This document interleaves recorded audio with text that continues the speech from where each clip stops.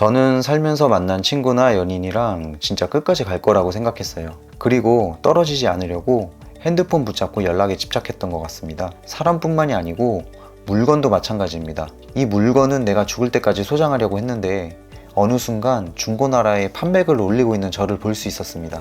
사람이든 물건이든 또는 건강이든 나랑 죽을 때까지 함께 할 것이라고 생각하고 최선을 다했는데 결국 없어지게 되고 분리되는 고통을 많이 느꼈어요. 그리고 마음 공부를 시작하고 깨달은 것이 있습니다. 집착과 고통, 이 둘은 뗄 수 없는 관계더라고요. 이걸 벗어나기 위해 명상도 많이 하고 불교 이론도 많이 공부했어요. 그런데 벗어나려는 것도 집착이라는 걸 알게 되었습니다. 여러분 이 영상 보시면 집착의 근본을 알고 깨달음을 얻으실 수 있을 거예요. 사실 무엇을 얻는 과정도 집착이지만 방편으로만 생각해 주시면 될 것 같습니다. 끝까지 시청해 주시고 구독과 좋아요 부탁드립니다. 우리는 궁극적으로 행복을 추구하는 존재입니다. 왜 그런지 생각해 보니까 나라는 존재가 있고 일체 만물이 지속되고 또 영원할 것이라는 어리석음이 욕망을 쫓게 되고 또 쫓아다니다가 결국 실망하고 좌절하면서 분노하는 마음이 일어나는 것이더라고요. 이것을 불교에서는 삼독, 즉 탐, 진, 치라고 합니다. 탐은 욕망, 진은 분노, 치는 어리석음입니다. 그럼 거꾸로 가서 생각하면 애초에 나라는 존재가 없는 무아, 이것과 일체 만물이 끊임없이 변화하고 생멸하는 것을 알게 되면 나머지 욕망과 집착, 분노가 이어지지 않을 거예요. 일단 무아에 대해서 불교에서 이야기하는 내용을 말씀드리겠습니다. 이 나라는 생각도 신체가 있고 몸이 있기 때문에 피부를 경계로 해서 안은 나고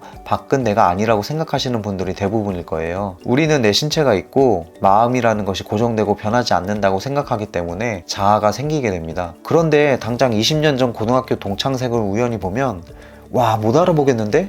이런 말부터 나올 거예요. 우리 안의 세포는 순식간에 탄생하고 죽는 생멸을 반복하게 되면서 외형도 변하게 됩니다. 당장 성형외과만 봐도 젊음을 유지하기 위해서 아낌없이 돈을 씁니다. 마음은 이팔청춘이라고 해도 생로병사를 거치지 않는 사람은 아무도 없습니다. 결국에는 성냥에 불을 붙이면 불이 타오르다가 서서히 꺼지듯이 우리 인간도 음식이라는 공급원을 통해서 끊임없이 세포를 만들고 없어지는 과정을 반복하다가 어느 순간에 서서히 정신 그리고 신체적 기능이 떨어지면서 결국 죽음으로 소멸하게 됩니다. 이건 내 의지로 막을 수 있는 것이 아닌데요. 신체는 변하는 거 알겠어. 근데 내 마음은 항상 그대로인데?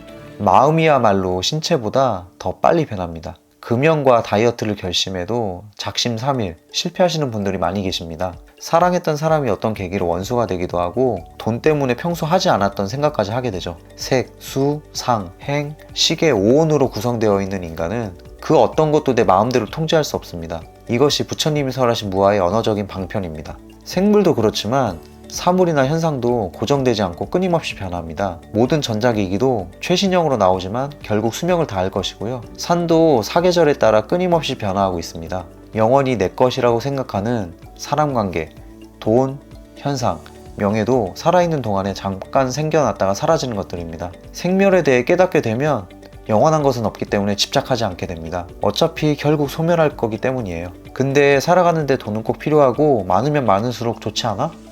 그리고 사람과의 관계도 좋으면 스트레스 안 받고 살 수 있잖아.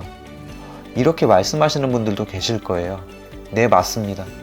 돈도 많이 벌수록 좋고 사람 관계도 좋으면 살아가는데 행복하겠죠. 그런데 이건 목표로 하되 영원할 거라고 믿고 너무 거기에만 몰두하지 않는 것을 말씀드리고 싶었습니다. 그것이 집착에서 벗어나는 방법이고요. 목표에 맞게 꾸준히 하기만 하면 생각이 일어나지 않게 되고 목표에 조금씩 다가가게 되더라고요. 내가 있다는 것은 다른 사람과의 경계를 짓는 것이고 경계와 분별하는 마음을 없애는 것이 중요합니다. 우리가 음식을 먹으면 식도를 타고 내려가서 위장에서 분해되고 최종적으로 소변과 대변 같은 분비물이 되는데 이게 어디서부터 음식물이고 어디서부터 대변이 되는지 경계가 없습니다. 또 지금 못의 뾰족한 부분을 손바닥에 대고 조금씩 세게 누르면 어디서부터 고통일까요? 고통도 경계가 없습니다. 우리가 듣는 소리의 범위는 20Hz에서 20,000Hz 사이인데요. 이 범위 바뀌면 소리가 인식되지 않습니다. 그런데 돌고래는 10만 헤르츠까지 소리를 듣는데 그럼 어디서부터 소리고 소리가 아닐까요? 이것도 경계가 없습니다. 제가 이런 예시들을 들은 것은 모든 것이 사람이 살아가는데 편리하게 분별하고 경계를 만든 것임을 알게 해드리고 싶어서 말씀드린 거예요. 사실 모든 것은 경계가 없습니다. 당장 가장 작은 입자를 관찰할 수 있는 현미경이 개발되어서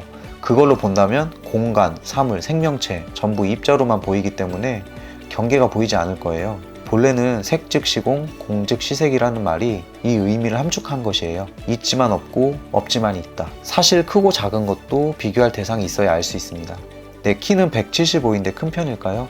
160cm 앞에서는 크지만 180cm 앞에서는 작습니다. 작고 크다 이것도 고정된 것이 아니고 인간이 살아가기 편하게 언어로 구분한 것이에요. 사실 길고 짧은 것은 없습니다. 본래 사물 현상 그 자체를 내가 분별하지 않고 받아들이신다면, 그리고 집착하지 않고 있는 그대로 현재 집중하고 살아가신다면 훨씬 더 건강한 인생을 살아가실 거라고 생각합니다. 감사합니다.